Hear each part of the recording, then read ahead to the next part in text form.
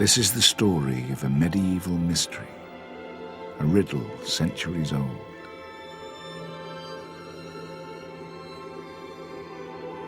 It is bound up with the magic and alchemy of Europe in the Middle Ages.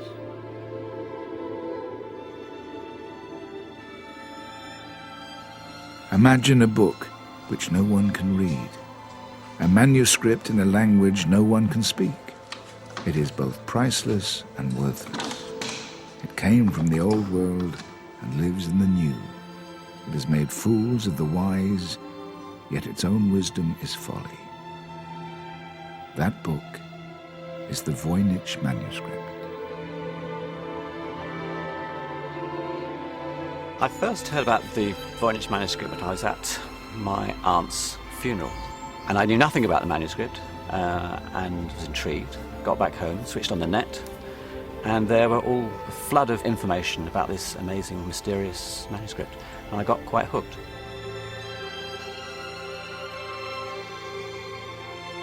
It's just a bizarre manuscript that has pictures of what they call naked nymphs in really strange scenes, weird botanical drawings, and an alphabet that's never been seen before.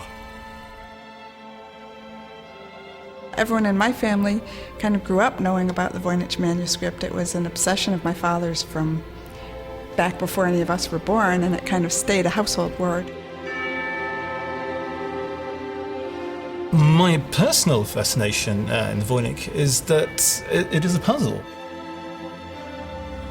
There's text, there's diagrams, there's astrology, there's cosmology, all kinds of things all at once. And it's very easy to say what it isn't. And it's very difficult to say what it is. For years, the Voynich manuscript has taunted and tantalized the experts. It remains the most mysterious book in the world.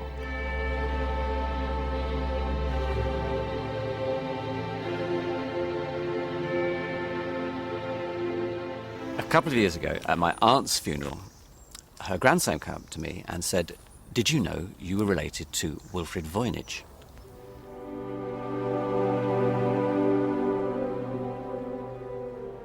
He said that Wilfrid had discovered this amazing manuscript that no one had ever deciphered.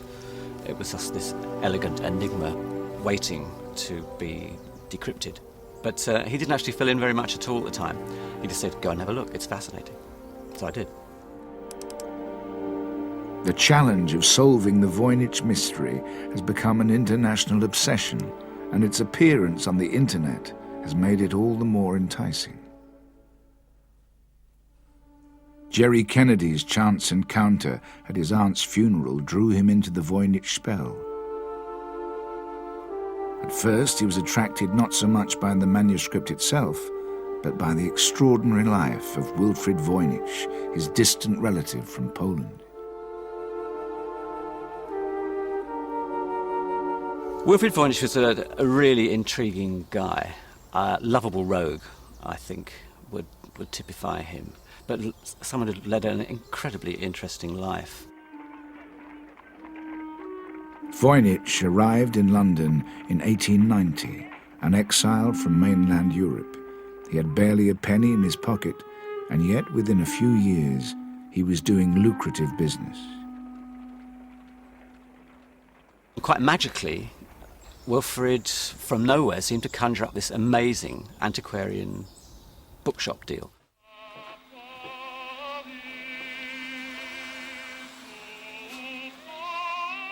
Although he had no apparent literary expertise, he set up an antiquarian bookshop in central London, which soon made him a rich man. But he was very successful very quickly and set up an office in Shaftesbury Avenue in London and a couple of others in Europe, and traded very well. He built his reputation by laying his hands on books which other dealers never spotted. Customers would request a rare volume, and Voynich, almost magically, would track it down, however far the search took him. He wasn't one of these guys who would just go to auctions and bid for stuff. He used to go out searching. He was a hunter. He'd go off wandering around Europe looking for stuff. And it was on one of these searches of his, he ended up in Italy, south of Rome, in a place called Frascati, in the Villa Mondragone in 1912.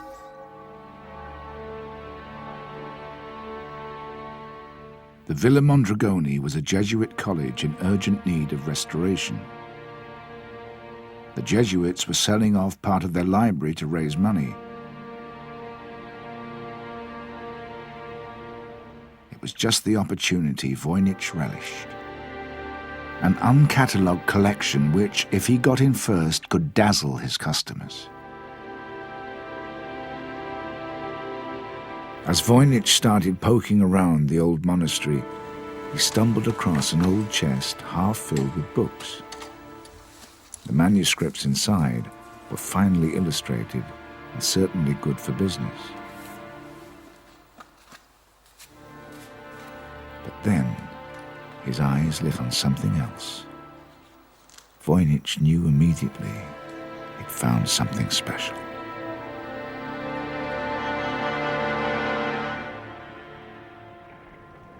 Back in London, he wrote in great excitement about his discovery. It was such an ugly duckling compared with the other manuscripts, with their rich decorations and golden colors, that my interest was aroused at once. I found that it was written entirely in cipher. Voynich never told anyone where he'd found his ugly duckling. He became fascinated, as hundreds of others have been since, by trying to work out what it was. Every now and then, words in the cipher would look familiar. He could see patterns in the script. But then the flashes of illumination would fade, and Voynich was left none the wiser. There are only 3 known documents from, say, pre-1500 that are completely in cipher, and this is one of them. And the other 2 are very simple cipher, so it's very, very unique. It wasn't just the script that was unique. On nearly all the 235 pages were strange and crudely drawn illustrations, a far cry from the pious designs of most medieval manuscripts.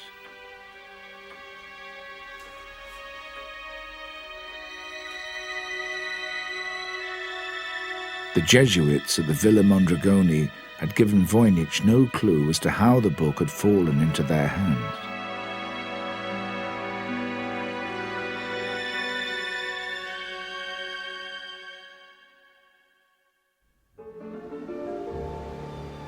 Now, almost 100 years later, it's in the custody of the Americans at the Beinecke Rare Books Library in Yale University.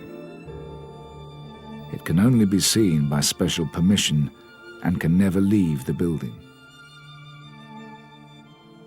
Despite its splendid isolation, Voynich enthusiasts the world over have been drawn to its enigma. One of them is a New Jersey mathematician and cryptographer, Jim Reeves. He first got hooked almost 40 years ago. I saw it as a challenge. It was a chance to, well, I was a kid. It was a chance to prove sort of how smart I was. This would be like figuring out Egyptian hieroglyphics, something of that sort. The Voynich alphabet has between 23 and 30 characters, depending on whether you count the composite letters, where some of the smaller characters are combined. So it's the same sort of size as European alphabets. But the vocabulary is very limited, and many words differ from each other by just 1 or 2 letters. Jim Reeves has thrown all his analytical expertise at the puzzle. I tried figuring out what the range of letter shapes was, tried to do frequency counts, tried to test out hypotheses such as the most common character, maybe it meant an E or an A, tried to see if I could deduce what symbols might stand for vowels and which consonants, because vowels sort of tend to sit next to consonants and consonants sit next to vowels. I tried fitting zodiac names to some of the characters in those zodiac diagrams. So I guess I've been working on the Voynich manuscript off and on in this way for more than 30 years.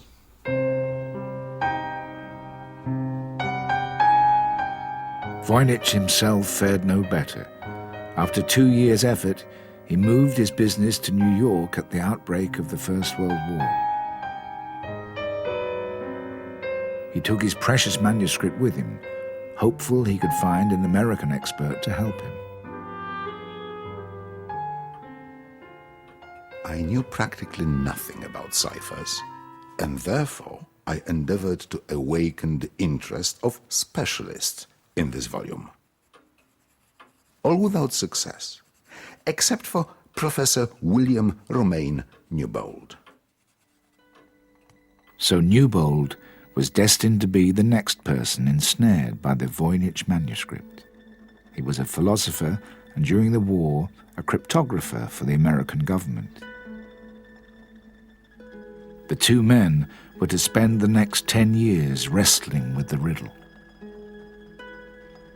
Newbold somehow thought that a system of shorthand was at work, that what ordinary people would think of as a written O, Newbold would look at through the magnifying glass and see that, in fact, it was composed of a dozen little separate, little tiny letters, sort of micro letters, if you will.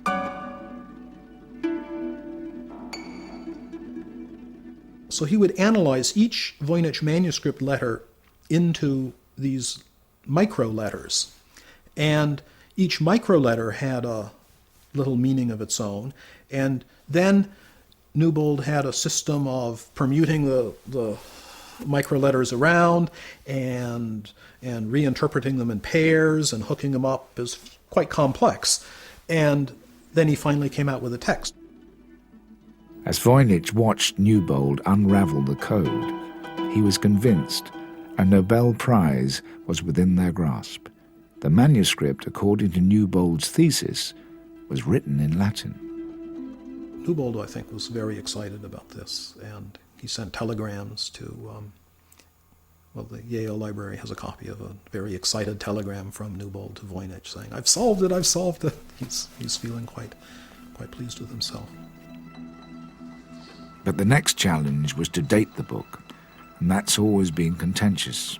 The simple solution today would be to carbon date it. But the Beinecke Library at Yale University has always refused to allow this, so there's no scientific way to prove when it was written. However, the book itself does offer some clues to its probable date. Nick Pelling is a computer games programmer from Surbiton who's been collecting the evidence. It seems to confirm a close link with Italy in the 15th century. You had a collection of fragmented city-states, each with what you call warlords now. And as well as fighting each other, they also traded with each other and communicated with each other. And cryptography was the glue that held it together, because messages had to be secret. And the intense competition in code making in 15th century Italy may explain why the Voynich code is so tough to crack. Italy was an arms race for cryptography, where you had lots of people creating codes, breaking codes, creating new codes, breaking those codes, and again and again and again. The complexity of codes going up and up and up through the century. This collection of codes used in Italy at the time shows just how important cryptography was, and intriguingly, 3 of them use one of the characters that appear in the Voynich manuscript, the one that looks like a 4-0. It's a character that Nick Pelling has found nowhere else. It's very tantalising that purely on that thing you could date it to say 1450 to 1460. But if this picture in the Voynich manuscript is of a sunflower, it was not known in Europe until 1493, when Columbus brought it from America. Whatever the finer arguments, Nick Pellin says there's one other tiny clue pointing to the 1400s. I've studied the castle in the map page quite a lot. The castle is almost certainly a 15th century northern Italian castle. There were plenty like it. Plenty got knocked down and rebuilt. It's very, very hard to trace it. It all fits in with the general view that the manuscript is 15th century and Italian. However, there was one man who thought differently, and that was Wilfrid Voynich himself. Voynich had another critical piece of evidence which led him to believe the book had been written more than 200 years earlier than this. A letter tucked inside the manuscript. The letter was written in Prague on the 19th of August 1666 and was addressed to Athanasius Kircher, a well-known scholar, asking him to decipher the book. The letter writer went on to mention that the manuscript might have been written by Roger Bacon, the 13th century English friar. Roger Bacon was one of the most renowned mathematicians and scientists of the Middle Ages. So this set Voynich's pulse racing. If Bacon were indeed the author of the manuscript, it would be the discovery of a lifetime.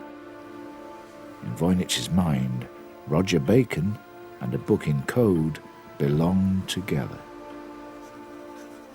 An infinitely great scholar, he himself referred in his works the necessity of hiding his great secrets in the cipher.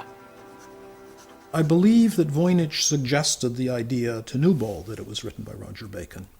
But this thought to be written by Roger Bacon got converted into a dead certainty that it was by Roger Bacon.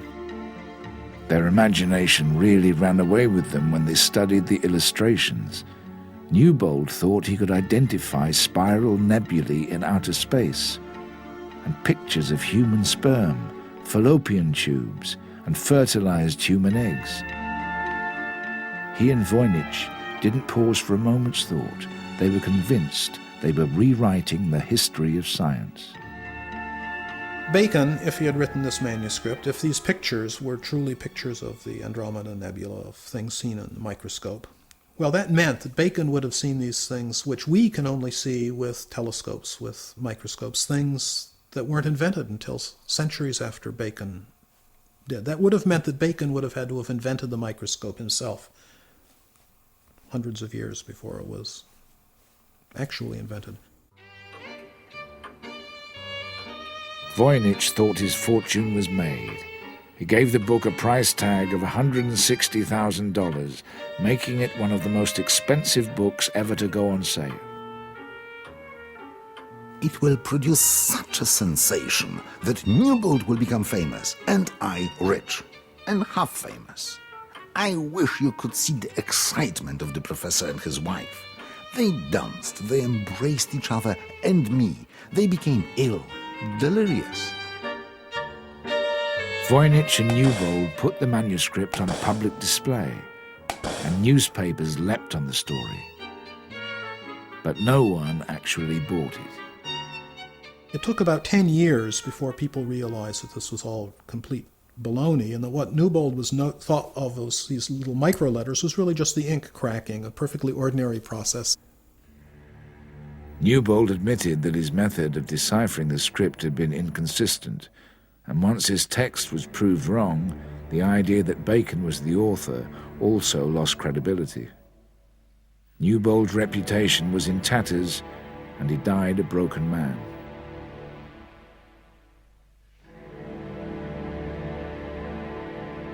But the way the Voynich manuscript humiliated an expert of Newbold's stature hasn't discouraged others. Big Jim Finn from North Carolina, for instance, has been looking at the same pictures as Professor Newbold and has reached even more radical conclusions.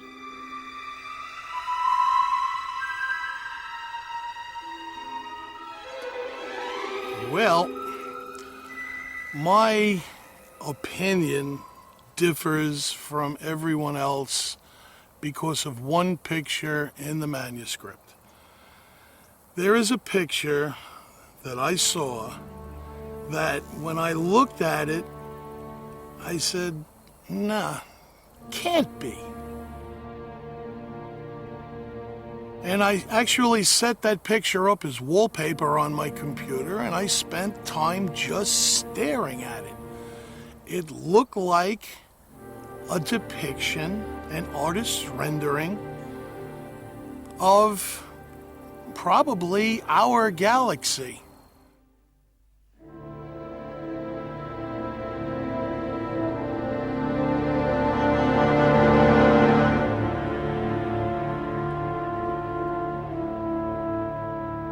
But how did an author 500 years ago visualize the Milky Way? Big Jim has the answer. I believe the person that wrote the manuscript was contacted by extraterrestrials.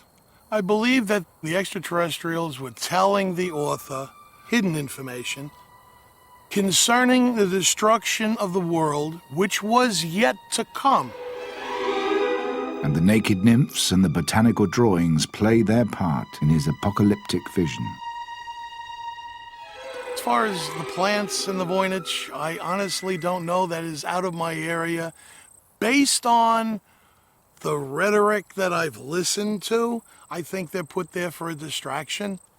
I think that those and the pictures of the so-called naked nymphs were put there as a distraction to keep certain people out of the manuscript. It's part of the encoding. It's part of the wall building. With the outbreak of the Second World War, the science of cryptography rose to new heights, and the Voynich sleuths were off again.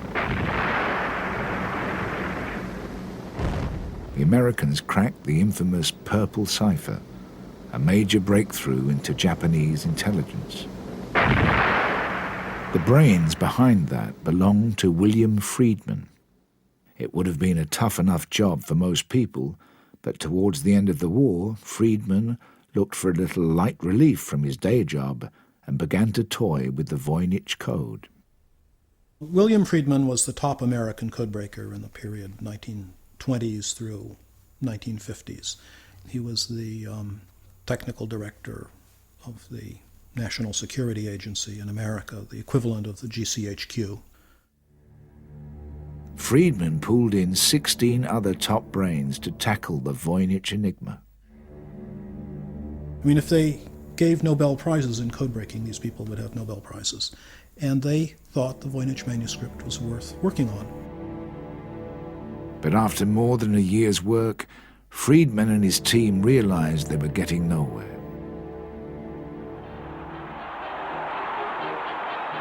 At the end of the war, the code-breaking team surrendered. They'd been defeated by the Voynich manuscript.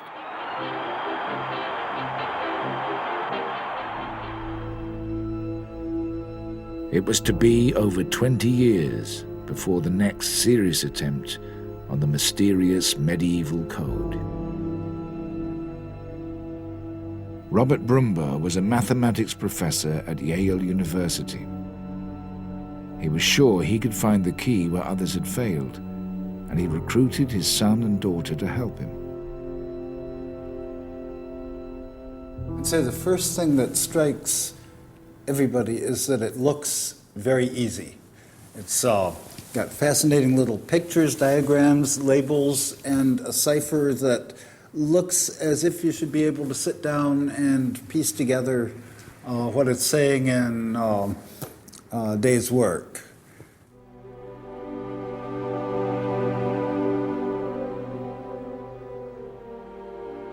Robert Brumbaugh Sr.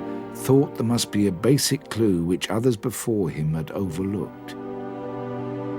He wanted to get into the medieval mindset of the author, and he thought he knew how.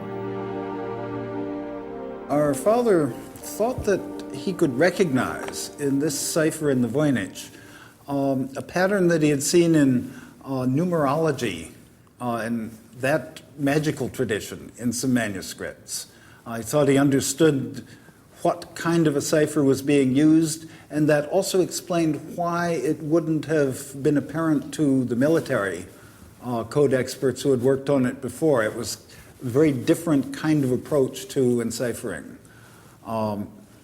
He used that idea based on what he'd seen in some other manuscripts, began to get readings that were plausible for some of the text in the Voynich, and he was convinced that he was on the right track to reading it.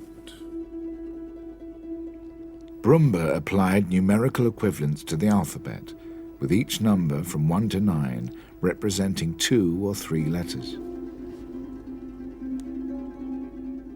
By taking the word beside the picture of a plant in the manuscript, Brumber applied his code. Each of these symbols used to write the Voynich represents a number. Each of those numbers represents one of 3 letters.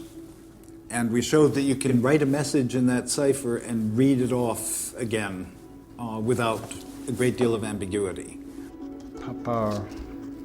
Papricus, plausibly paprika.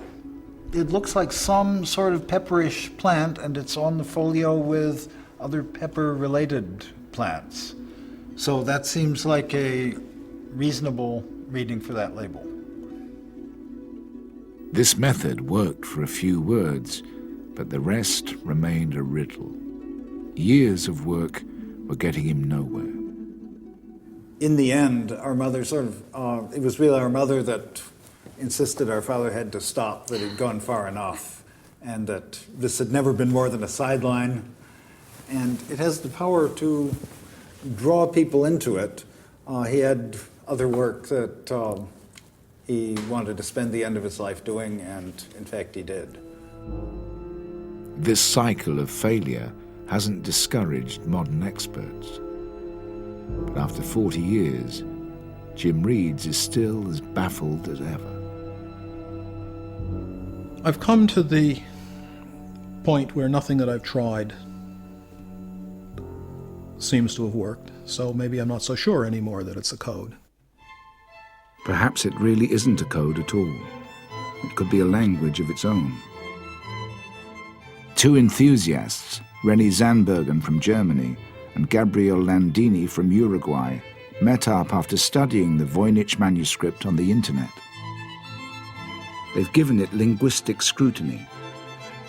Each language has its own pattern according to the frequency of letters, even Voynichese. And you can do this with very different languages, and you will see each language has its own different look. And you can do it with a Voynich manuscript, but it's not the same as any known language like English or Latin.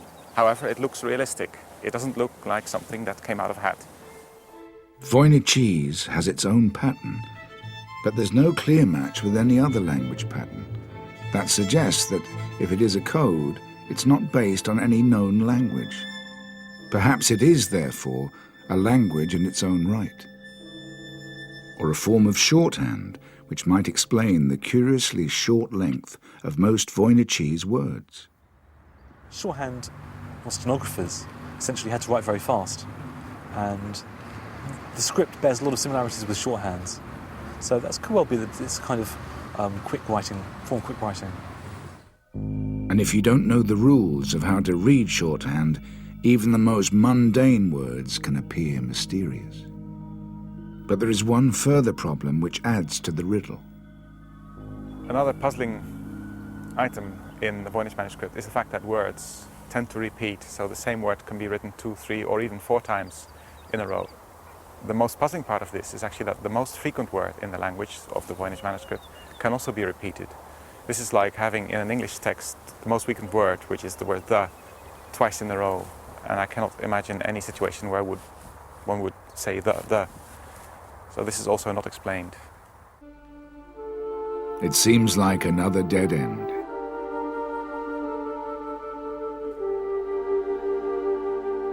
Back in the 1920s, Voynich still hadn't found a buyer for his manuscript. His theories about its origins and meaning had been discredited, and his business was floundering. So was his reputation.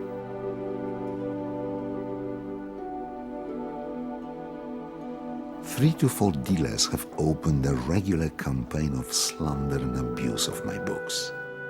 Every day, I'm worrying where I shall squeeze few $100s from clients. Last month, I had no cash at all to run the office or to live. Was obliged to borrow. And he kept saying that the big smash is coming. The only way out of this is the provenance of the Voynich Manuscript. So he clearly had, an academic interest in it, but he clearly also had a very strong financial interest. But that letter he'd found tucked inside the book has kept the Voynich trail warm. It suggested the manuscript had been passed around Europe, changing hands frequently. For most of the time, its owners are shrouded in mystery, just like the author. But the letter pinpoints one owner of the book in the early 17th century, Emperor Rudolf II in Prague. And the emperor's involvement gives us some more clues, according to a retired science teacher from London, Tim Mervyn.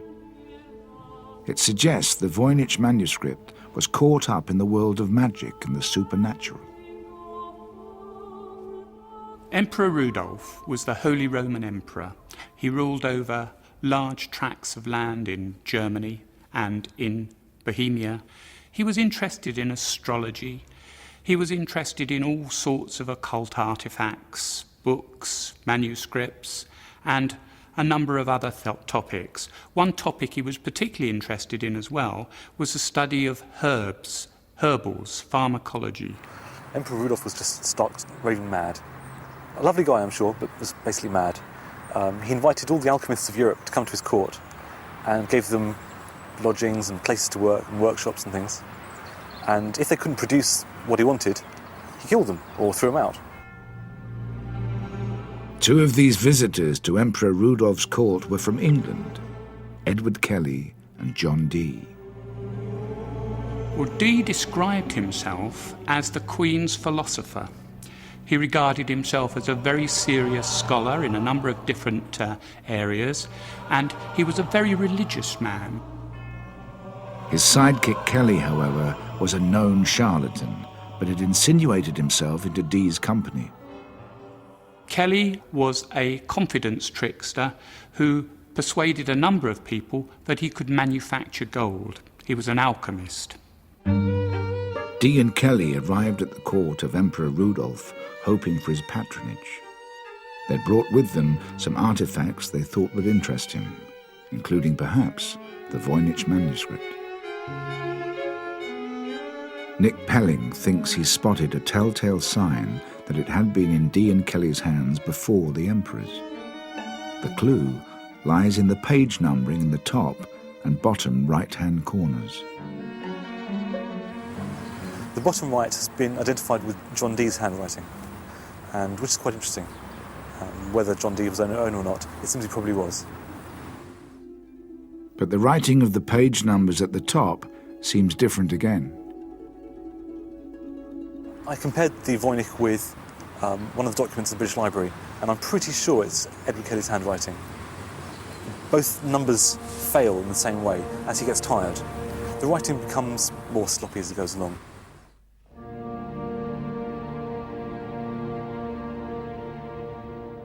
This suggests Dee and Kelly owned the manuscript at some point. Perhaps it consisted of loose pages, which they collated into the book form we have now.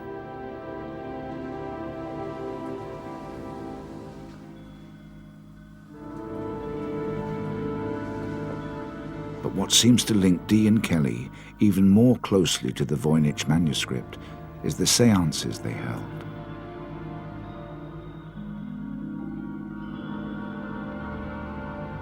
Dee may have had high academic standing, but Kelly had convinced him that he could communicate with angels and therefore with God. Through Kelly's angelic conversations, Dee desperately hoped he would discover divine secrets, secrets of the universe. At their seances, Kelly gazed into a crystal ball and voiced the message of the angels. Dee furiously wrote down Kelly's weird sounds, transcribing them into a language known as Enochian.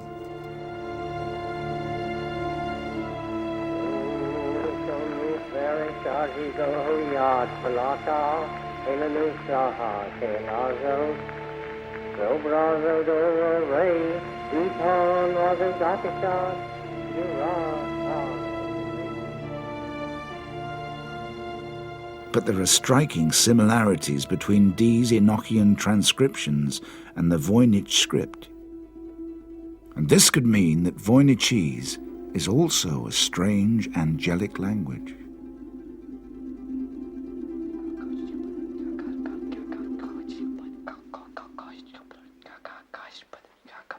Perhaps it was written down by someone in a religious trance, speaking in tongues. The theory that it's kind of speaking in tongues is a very plausible theory because it looks like a language, but it's not.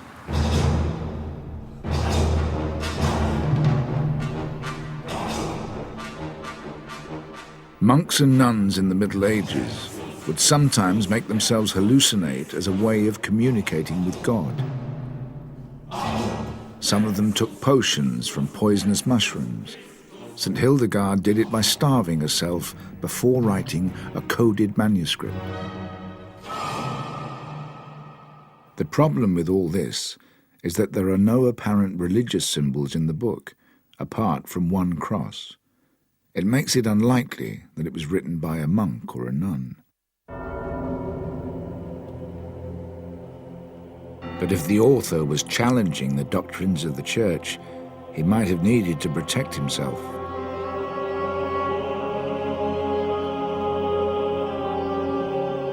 And one of the main anti-religious activities of the time was the study of alchemy.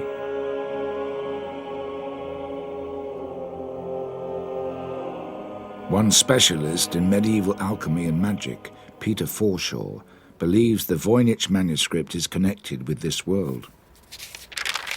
A major reason for people writing in code is the danger of their studies.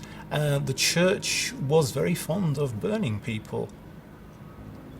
One possibility for the Voynich being written in code is that it could be alchemical. Various people have suggested that it could be alchemical secrets, which people wanted to keep secret from either other people researching in the field, because these secrets were extremely precious. I mean, the suggestion is, for example, the elixir of life.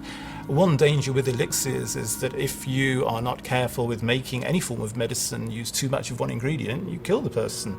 So one reason could just be safety, rather than secrecy on the level of conspiracy. But alchemy wasn't just a blend of magic potions and spiritualism. It was the forerunner to modern chemistry and central to medieval medicine. Medicinal remedies were made from herbs and plants, and the pages of the Voynich manuscript are filled with strange botanical pictures. Perhaps it was a medical manual for tackling killer diseases like the pox and the plague.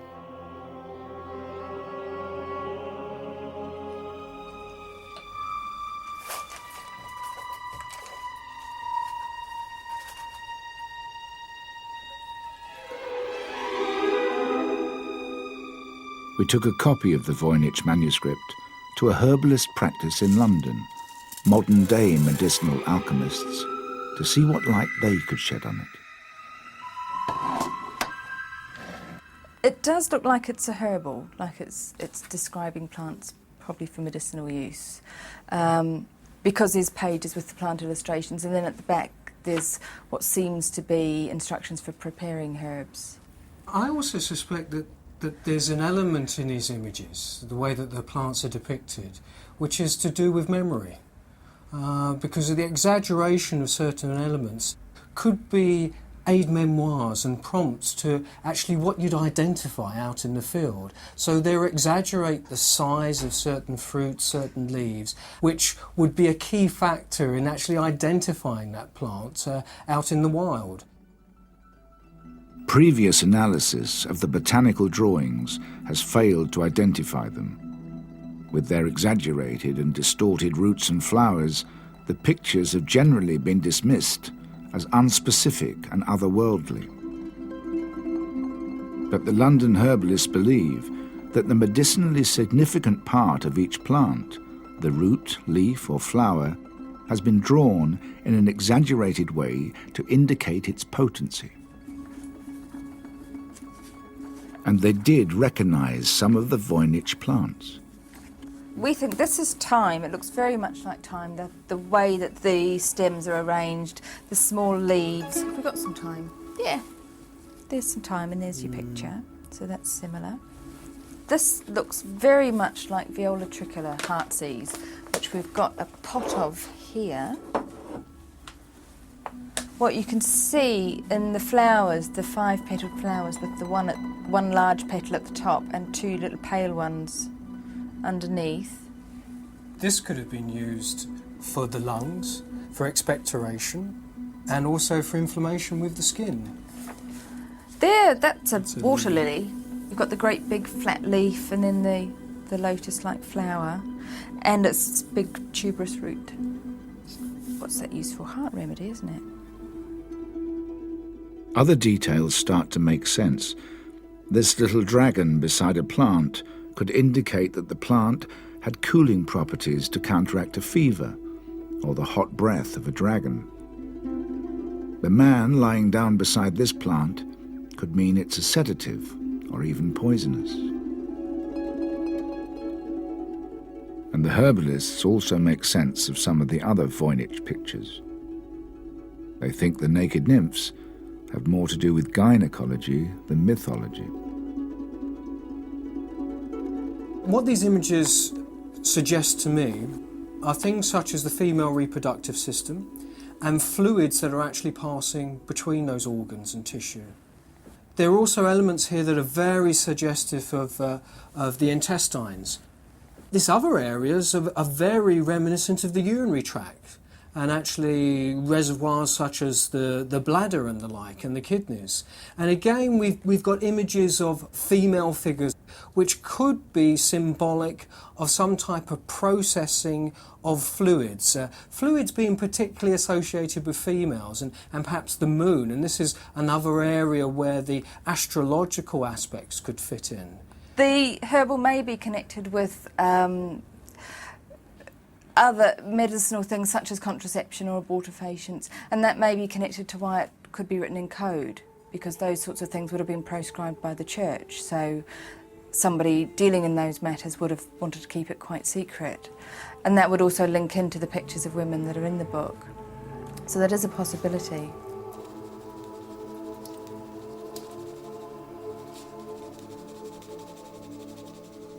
The idea that the author of the Voynich Manuscript could have been a medieval herbalist with heretical ideas about biology and contraception never occurred to Wilfrid Voynich.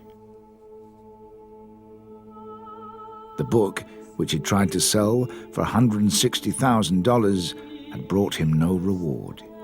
Instead, it had cost him almost 20 years of anguish, and his business had failed. In 1930, Voynich died. His ugly duckling had apparently outwitted him. But the Voynich Mystery was far from over. He left the manuscript to his wife, and it was eventually sold to Hans Krauss, a well-known New York book dealer, for only $25,000. Krauss, once again, valued it at $160,000. But like Voynich, he couldn't find a buyer. Maybe we asked too much money if we didn't ask any more than Mr. Voynich had asked. But there was just nobody who seemed to have either the money or the interest for it. Eventually, the Krausses donated it to the Beinecke Library at Yale, where it still is today, its riddle intact. And it's still shrouded in mystery. The library is very reluctant to give people access to it. Yale University don't seem to me have been terribly cooperative in opening up the Voynich manuscript for research purposes, to test the inks, to test the vellum. And I suspect this is partly because there was also some years ago, and still an ongoing scandal about another hoax that was possible over the Vinland map. This purported to be a 15th century map of North America based on exploration by Vikings centuries before Columbus. But tests on the ink showed it was a hoax. They were left with egg on their face, rather, Yale University, and I suspect they don't want the Voynich manuscript to become another cause célèbre. I think that the idea that the whole thing might be a sham is very frightening because, one, I don't want that to be true at all. I just want it to be something people can break. More people have had the same sensation. It just looks like something that you should be able to read. And the amount of effort that went into creating it just suggests some kind of rationale behind it other than pure fancy and a hoax on the world. On the other hand, and this is what we always feel, everybody feels, you look at this, you think, oh, this doesn't look like a forgery or a hoax. A good hoax isn't supposed to look like a hoax. If the Voynich manuscript is nothing more than a hoax, who might the suspects be? Who would have had the ability and the motivation to concoct such an elaborate trick? Some people have suggested as culprits John Dee and Edward Kelly, partly because Dee and Kelly are famous or notorious for their angelic conversations, particularly Edward Kelly, who was notorious. It was rumoured that he was a crook. He pretended to be both an alchemist and tried to get famous patrons to give him a lot of money to reveal his secrets. And also people suspected that, in fact, his angelic conversations were just improvised on the spot to please whoever was listening. Kelly was a supreme con artist. He was probably the greatest con artist in English history. He was a man who was unscrupulous. We have record of him committing the most foul acts to get his way. Perhaps Kelly used his colleague John Dee to get access to Emperor Rudolph's court. He wanted the emperor's financial backing, so he needed to entrap him with some irresistible bait. What we must remember is that Kelly wanted a document, a manuscript, that would intrigue people who saw it. He wasn't particularly concerned that it have a meaning. It just had to look good. It had to look like a language that the angels might have been speaking. Kelly was a hoaxer, it's true, but Voynich seems out of his league. He was more like a magician. He was more like a Uri Geller of his day, rather than anything else. But as for sitting down and composing a 200-plus page cipher manuscript, it's not really his style.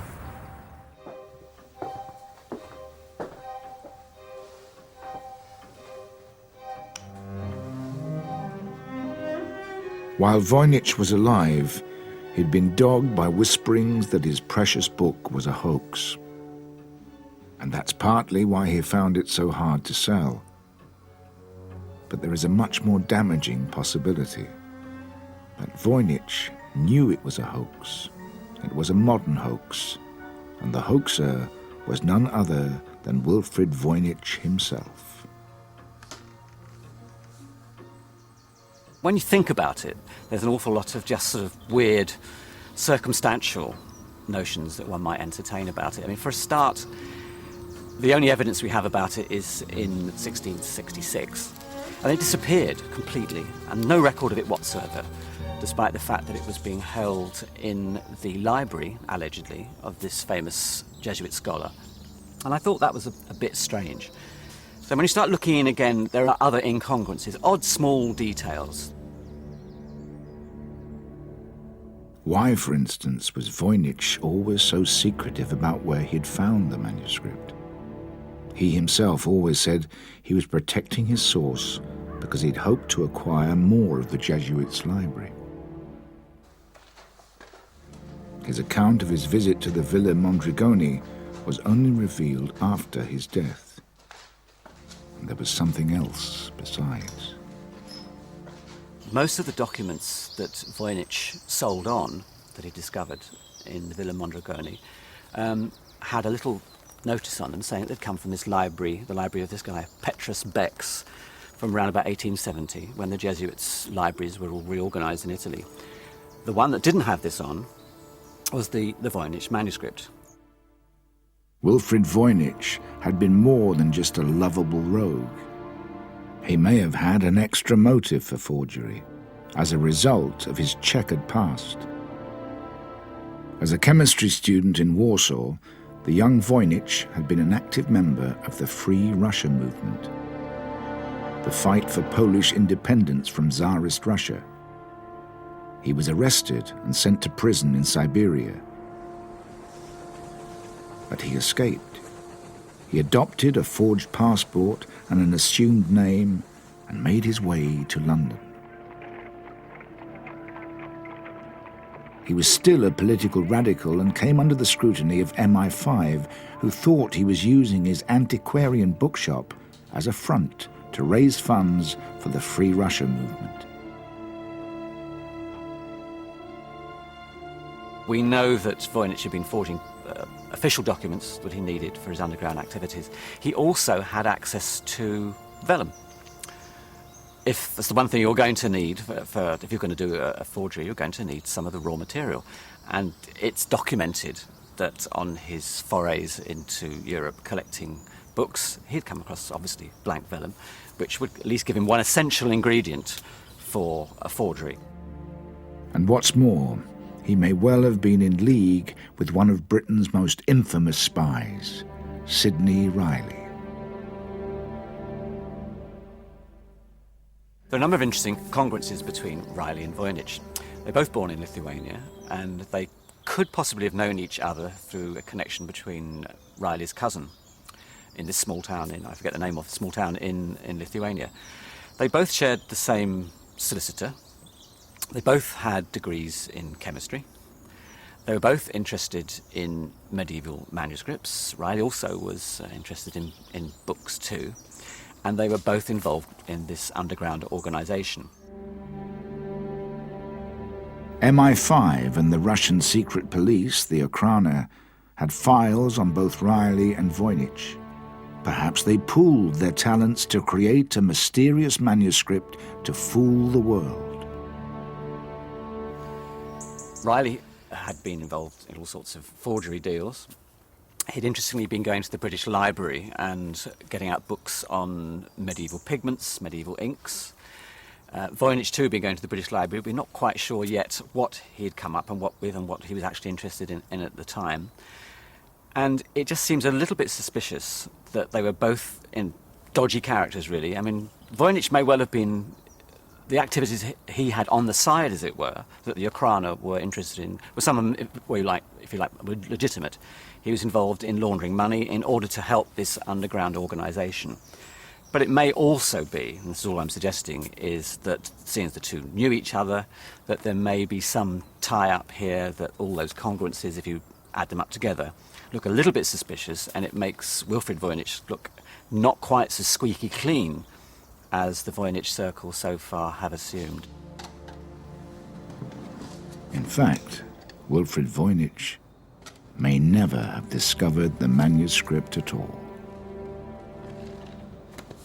It's possible that in the Villa Mondragone in 1912, in amongst other manuscripts, Wilfrid may have come across this letter, a genuine letter, which indicated that an interesting document was around which had been sent to this scholar, Jesuit scholar, Athanasius Kircher, and mentioned that it was indecipherable, that it had herbs in it, pictures of it, that there was astrological stuff.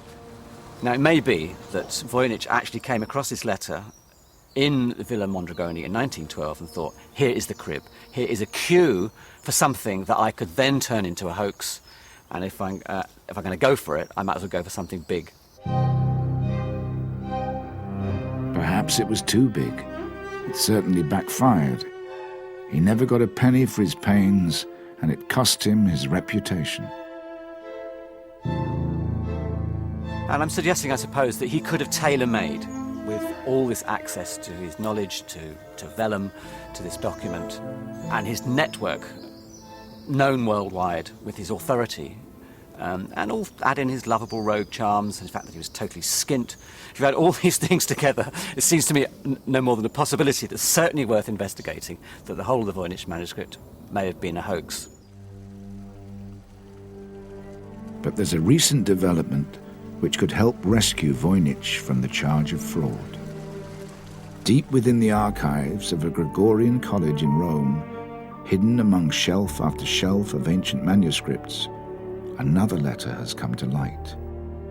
Just like the letter that Voynich had found inside the manuscript, it's addressed to the scholar Athanasius Kircher, but dated a year later. In Latin, the letter writer asked Kircher whether he could convert these characters of unknown creation to known letters. It also describes herbs, stars, and chemical secrets.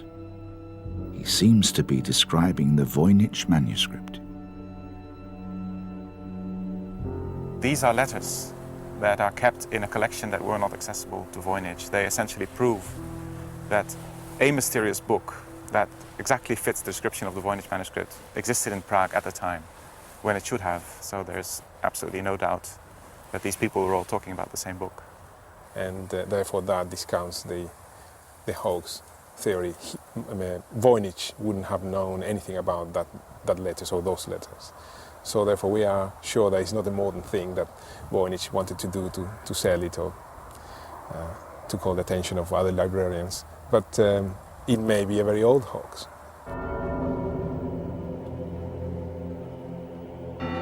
The letter seems to exonerate Voynich, but it's not absolute proof. So the Voynich mystery is as complex as ever. Despite the efforts of some of the world's best mathematical brains for almost a century, the essential questions remain. Who was the mystery author of the Voynich manuscript? Was it a medieval alchemist driven to writing heretical thoughts in code for fear of his life? A hallucinating monk recording his conversations with God? The language of the angels? Or a medieval herbalist hiding secret medicinal recipes and elixirs of life? Did Edward Kelly devise an underhand scheme to fool Emperor Rudolph? Or was it an elaborate hoax concocted by Wilfrid Voynich himself?